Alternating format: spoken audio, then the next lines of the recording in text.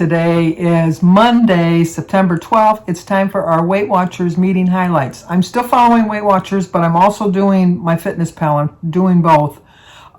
This week's subject is on Hack the Grocery. Like I said, I'm doing both Weight Watchers and my Fitness Pal. My birthday was last Tuesday. No, it was last Wednesday. I started celebrating on Tuesday.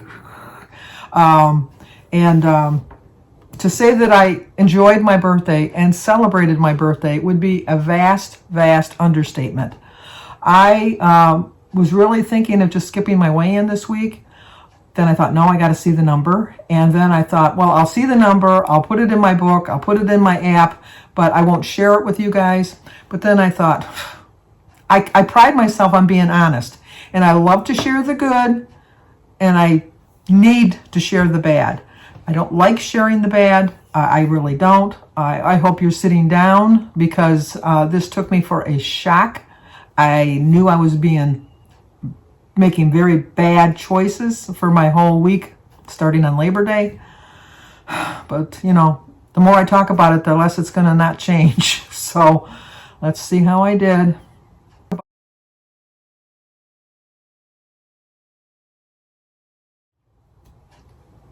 That's embarrassing. That's downright humiliating. That is just like reality smacking you right dab smack in the face.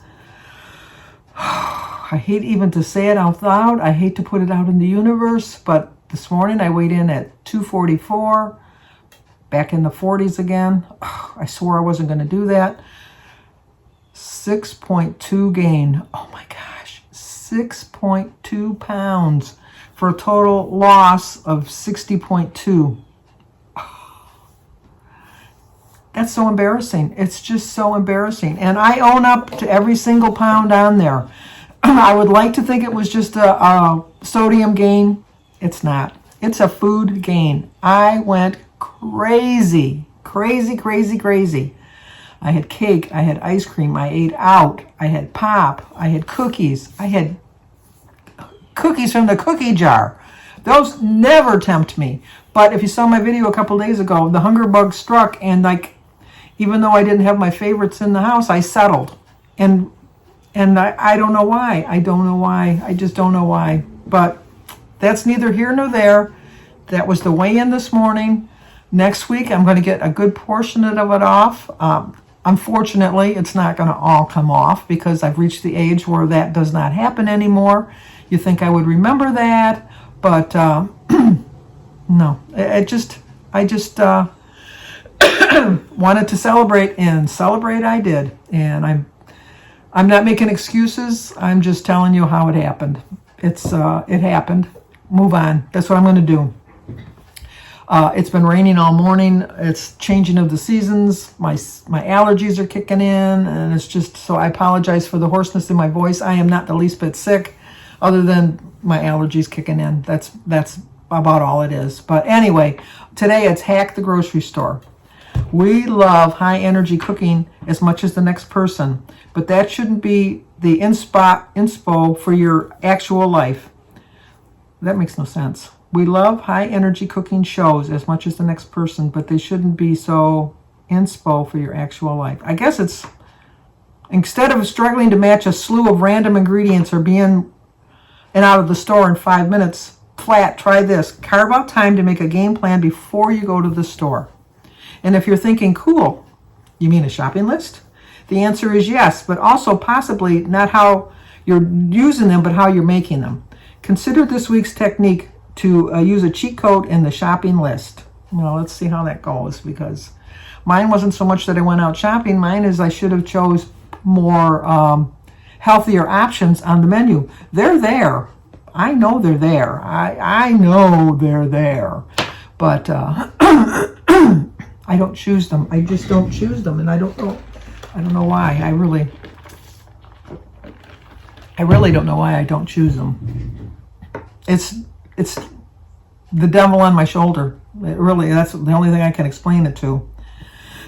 But it says, attention shoppers. Stocking your kitchen doesn't have to feel like a time-consuming chore. Here's your game plan for navigating confusing store layouts, potential impulse buys, and more. Well, we all know how the grocery stores are set up.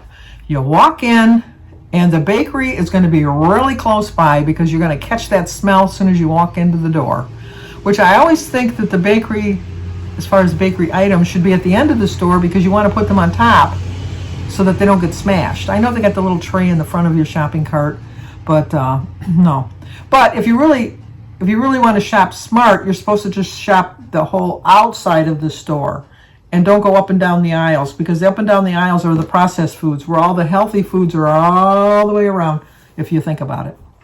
So anyway, when you want to go to the store, they want to try you to do this. Choose a go-to spot. It should check off the most important boxes for your close to home, work, online ordering, in your budget, the right size, stocks, your favorite items, all of that. Okay, that makes sense. You know, you don't want to... If like I should go to a fruit market. It's a little bit farther than my Kroger's. It's a lot farther, actually. It's about 25 minutes away. And I would get fresher fruit that would last longer and probably cost a little bit more, especially in gas and getting there. As far as the travel to get there, you got the time you're going to spend getting there, the traffic you're going to have to deal with, especially in Michigan. They're fixing every damn road. The governor's pitch for getting reelected was she'll fix the damn roads. She didn't tell her, we're going to fix them all at the same time because she's got a lot of choice words being said about her. They're glad the roads are being done, but it's just the way they're doing them is not right. But anyway, just real quick on that note, instead of she'll have 5 or 6 projects all going east to west, but then instead of finishing this one road, she'll do so much on this road, then jump to the next road, then jump to the next road, and then come back. Finish one road. That's just, this coming from somebody that gained 6 pounds giving somebody advice. No. And then learn the layout of your store. Learn where your staples live. It may take a few trips, but you'll save search time in the long run. I pretty much know I can see it in my mind, I need to go up and down this aisle because this is the cereal aisle and then the next aisle. I know all of that. Organize your list by department. Group items based on location so you're less likely to have a double back. This goes way back to before I had my knee surgery. Before I had my knee surgery, I was in so much pain when I walked, I would have to do my shopping over 3 days, and I would do a third of the store each time. So I knew the layout of the store. And I knew that this is what I need to get because I had to get in and out as quick as possible because I was in so much pain. So I always organized. So it's just a habit now that I just want to get it done. I mean, I don't mind shopping. It's not my favorite thing to do in the world. I don't mind shopping.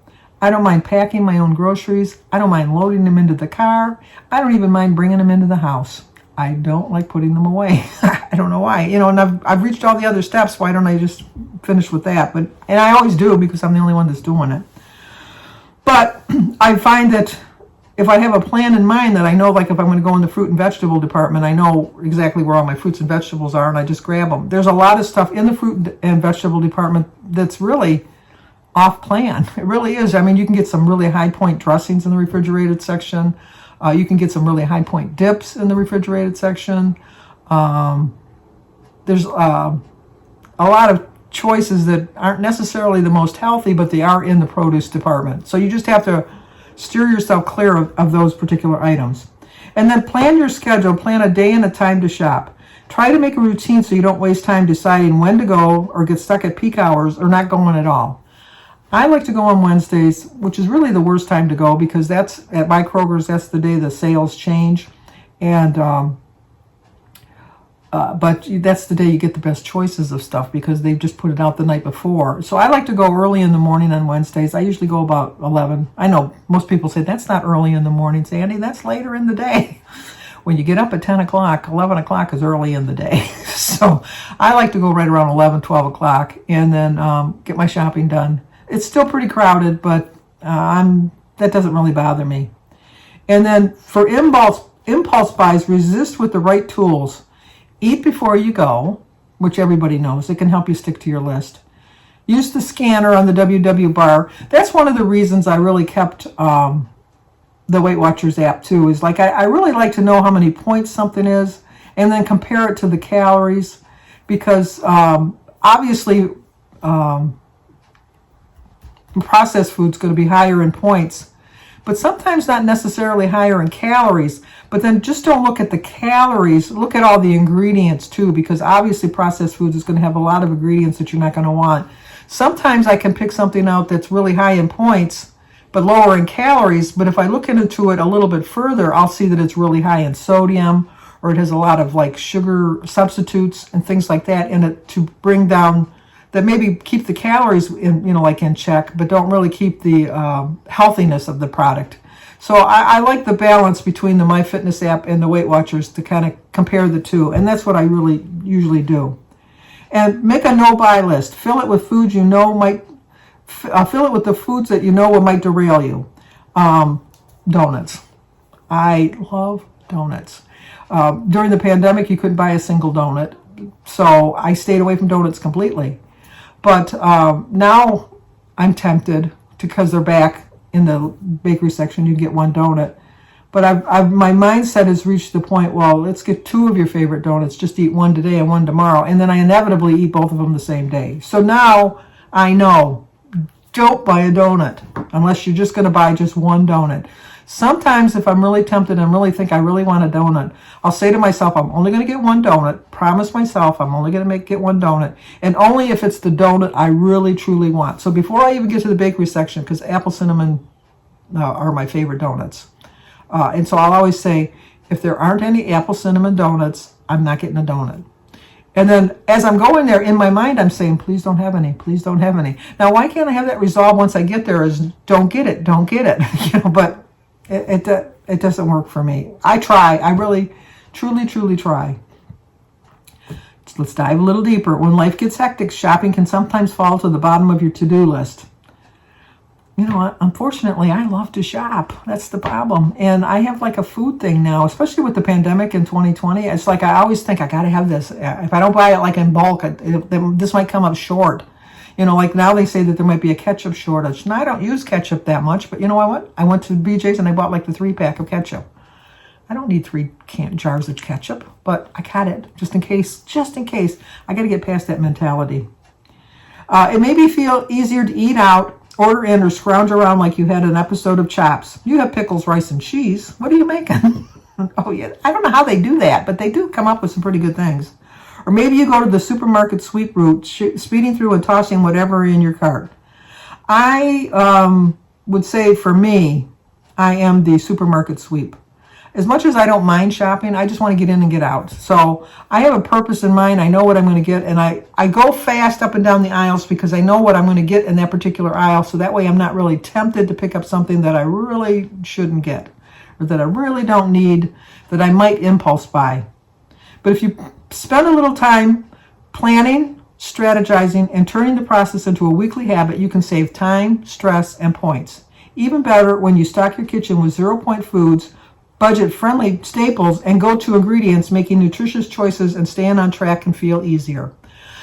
I agree with this completely because I just went to BJ's, which is like a Sam's Club or a Costco, if it's not in your particular area. It's just a bulk store, like a superstore, like a super bulk store, where you buy things in bulk.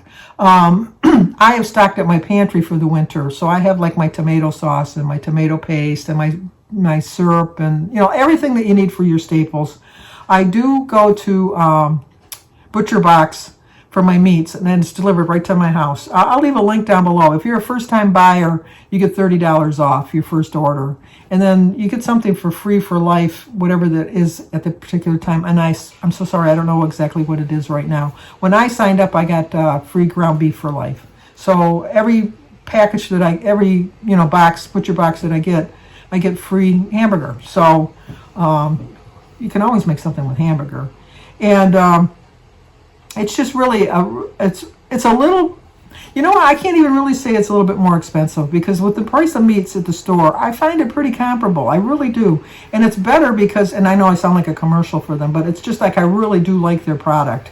It's like organically grown and, like grass-fed. Everything is just really healthy about the meat. And it freezes really well. It comes to you frozen. So, okay, enough of that. But I'm pretty much stocked for the winter right now. I need to go to get my fresh fruits and vegetables.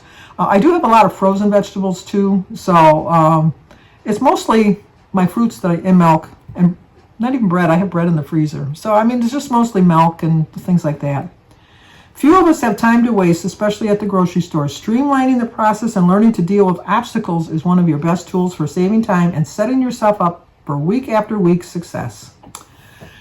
Well, that did help me out today. I mean, it's just, I do have to go to the store just to get some milk today, but Wednesday is when I'm going to do my grocery shopping, and I don't really need to get a lot, because like I said, I pretty much have everything I need. I just need to get a couple things. Lunch meat for Jim's lunches for work and things like that. But other than that, so need we say those numbers out loud again? Throw those out into the universe?